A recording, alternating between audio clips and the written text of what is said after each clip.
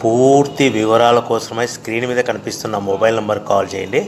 షరతులు వర్తిస్తాయి. ఇప్పుడు మీరు చూస్తున్న videos all type of all in one multipurpose paper plate making machine. ఈ మిషన్లో మనము 13 ఇంచుల బఫే ప్లేట్ కానీ 14 ఇంచుల బఫే ప్లేట్ కానీ ఎక్స్ట్రా డై కొనుక్కొని చేసుకోవచ్చు. అదేవిధంగా ఈ మిషన్లో స్నాక్స్ ప్లేట్స్, రింకిల్ ప్లేట్స్ అంటే 6 ఇంచులు, 7 ఇంచులు, 8 ఇంచులు, 9 ఇంచులు టిఫిన్ ప్లేట్స్, స్నాక్స్ ప్లేట్స్ కూడా ఎక్స్ట్రా డైలు కొనుక్కొని చేసుకోవాల్సిందిగా తెలియజేస్తున్నాను. సో ఈ మిషన్కు 2 HP మోటార్స్ ఉంది. మనం ఇంటి కరెంట్ కాకుండా దీన్ని కంపల్సరీగా కేటగిరీ 2 మీటర్ ఫిట్ చేసుకోవాల్సిందిగా తెలియజేస్తున్నాను. సో మనము ఈ మిషన్లో బేరింగ్ డైల్ అంటే 13 ఇంచులు కానీ 14 ఇంచులు కానీ మనకు నచ్చిన డైలీ ఎక్స్ట్రా డై కొనుక్కొని బఫే ప్లేట్ తయారు చేసుకోవచ్చు. అట్ ద సేమ్ టైం చిన్న చిన్న కప్పులు కూడా తయారు చేసుకోవచ్చు.